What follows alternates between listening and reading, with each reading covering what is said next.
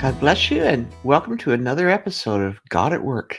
It's great to be back with you again. And today I'm going to do two little things. I'm going to share a quick update for you on both what's going on with Karen, who had the brain surgery that you've all been praying for, and with Julianne Mackey, who miraculously got in for her heart transplant very quickly. So I'm going to share quick little updates on those with for you. But the main testimony today, it's about little children praying for people and seeing miracles happen. So I think you'll enjoy it. And if you have kids, it'll really strengthen your faith to encourage your children to step out. Anyways, with Julianne and Karen, what God's been doing has been wonderful. But Julianne, she was expecting a 9-hour surgery. They knew it was going to be long and complicated, but it ended up being 12 hours. And now she is doing amazing. There's a picture here of Karen now. She got out of the hospital yesterday. That's the latest news. Just yesterday, she was released from the hospital. So there's a picture right. The first thing out after the surgery in the hallway at the hospital, that was her first time off the bed. And then the one on the extreme other side of her is the first time outdoors. And the one in the middle is now. But she was released from the hospital yesterday, which was a miracle. She's now off of the mainland of England and off on the Isle of Wight again, at home, which they didn't know whether even that was going to happen, because her husband, Mike, and there's a picture here of Mike. Mike, he got hit by a car, fractured a spine, and then ended up probably from punctured lung when he got hit by the car, ended up with a collapsed lung and then double pneumonia and ended up back in the hospital himself. But here's a note from Mike in his own words. He says, "Hi, Rauna. Sorry for the lack of contact. Karen is doing really well and continues her recovery. I got hit by a car and been out of work because of my spine, but now I'm recovering well." And then he says, "I ended up back in the hospital with pneumonia in both lungs and a collapsed left lung. It could have been from being hit by the car that caused the lung to collapse. Karen is doing great, getting physio, and should be home next week. Now that I am out of the hospital, I should be able to look after Karen, as she is now very mobile. She's doing great, getting physio, and should be home." She was able to walk down and back up quite a large and steep staircase yesterday. And I have been telling people how your program with her caused people from all over the world to pray. Her scar is amazingly inconspicuous compared to the first one, and there's no bruising on her face. Amazing recovery after a 12-hour surgery. God bless you and all those that have been praying due to the ministry. God bless you. Love, Mike.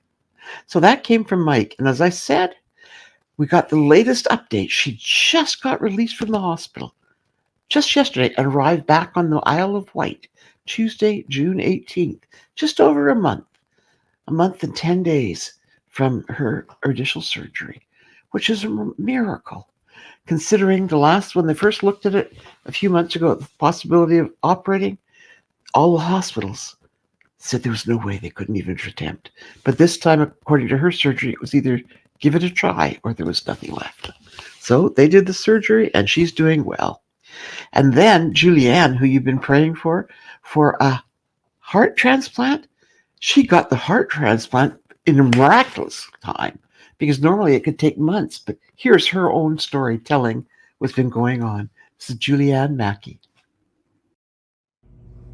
Thank you so much for praying for me. I really do appreciate it. I feel your love and the support that you are bringing to me through your prayers. I feel God's presence in such a powerful way, more than ever before. He has been answering your prayers. He's been working miracles. I've been able to talk to the staff, people who work here at the hospital, about Jesus and about his miracles. It's been a blessed time. God is giving me everything that I need.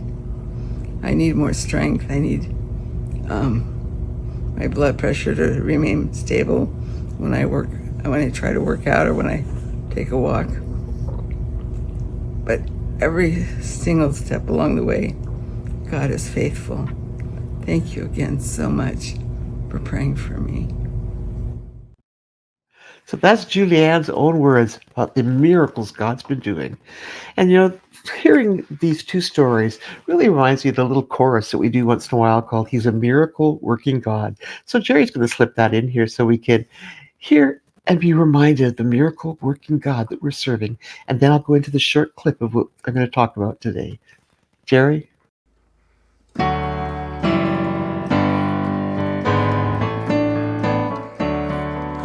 He's a miracle working God.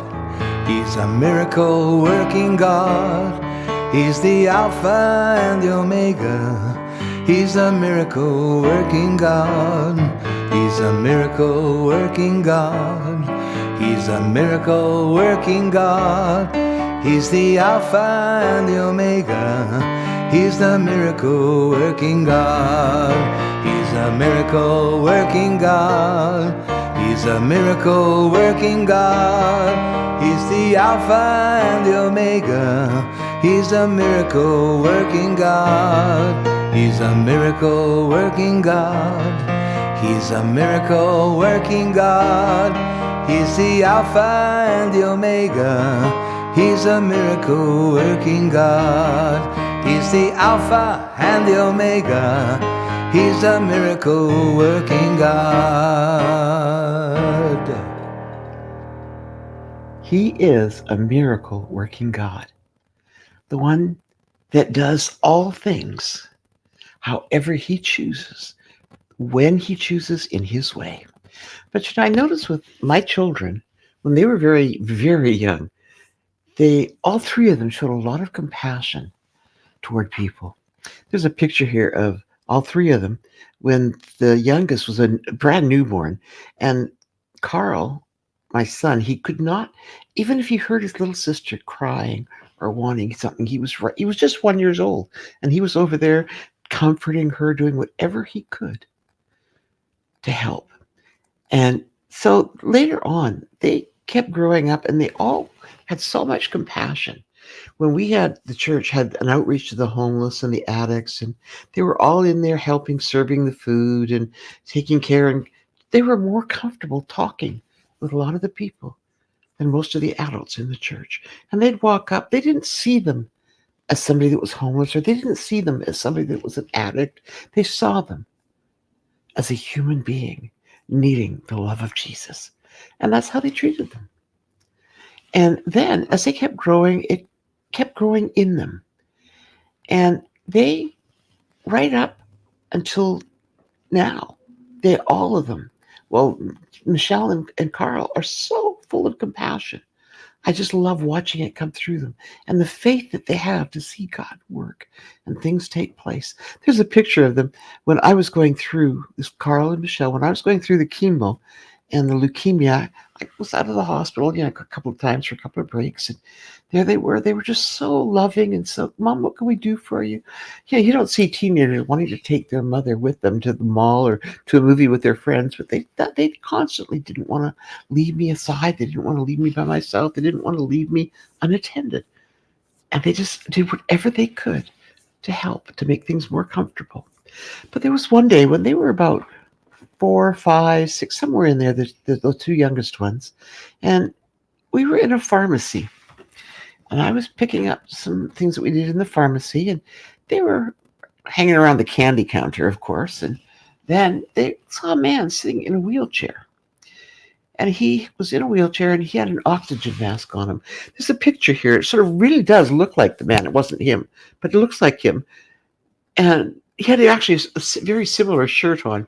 And I looked up, and there was Carl and Michelle over talking to this guy. And the next thing you know, they're got their hands on his shoulders and they're praying for him. And I'm looking, and all of a sudden we hear through his oxygen tube. Yeah, I go, well, what's going on? And the kids are looking and looking, and when they'd asked him if they could pray for him, he said, well, what's good's that going to do? And their response was, because they'd seen me healed several times. They said, Well, it worked for my mom. God healed my mom. Why wouldn't he heal you? So here's this little, 4 and 5 or 5 and 6-year-old praying for this guy in the middle of a pharmacy. And all of a sudden, he's taking his mask off, breathing perfectly fine without it. And a few days later, he found out who these little kids were, found out my phone number, because it was listed. That was those days when you had phone numbers that were listed. And the next thing you know, he was phoning and then banging on my door. And he brought a little gift for the kids to thank them for praying for him, because he hadn't needed the oxygen ever since. And because of not needing the oxygen, he all of a sudden was out of the wheelchair, walking without it. When he came to our house, he walked down the driveway all the way to the door, knocked on the door, was standing there, no wheelchair, no help. And he says, I don't use it anymore. I don't need it. I have my strength back. And there's 2 little children in the middle of a pharmacy. They didn't care who was around.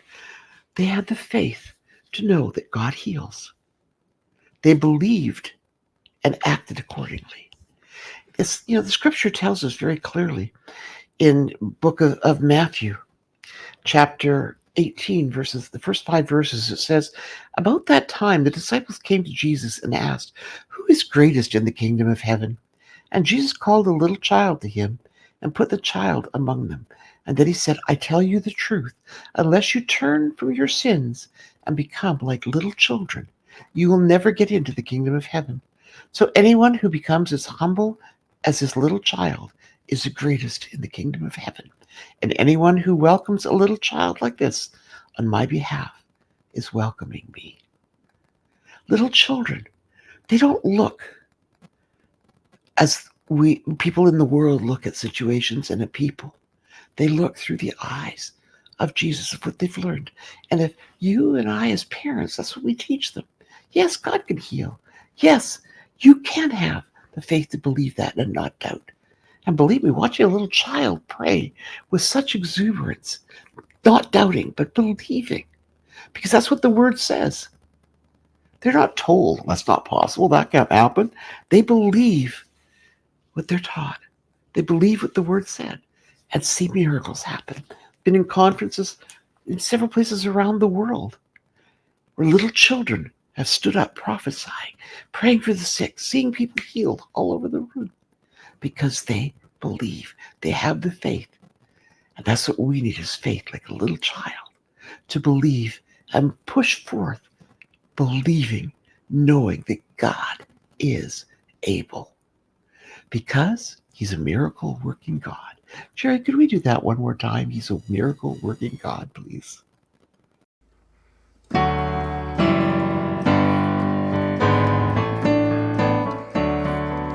He's a miracle working God. He's a miracle working God. He's the Alpha and the Omega. He's a miracle working God. He's a miracle working God. He's a miracle working God. He's the Alpha and the Omega. He's the miracle working God. He's a miracle working God.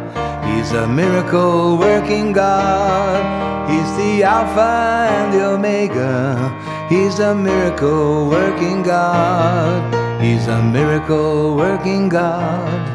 He's a miracle working God. He's the Alpha and the Omega. He's a miracle working God. He's the Alpha and the Omega. He's a miracle working God. He's a miracle working God. Believe it, live it, walk in it, and lead others to do the same. And if this has encouraged you, and you'd like to sow into this ministry to help us carry on, please feel free to do so. Jerry will put the details up on the screen. God bless you. We'll see you next week.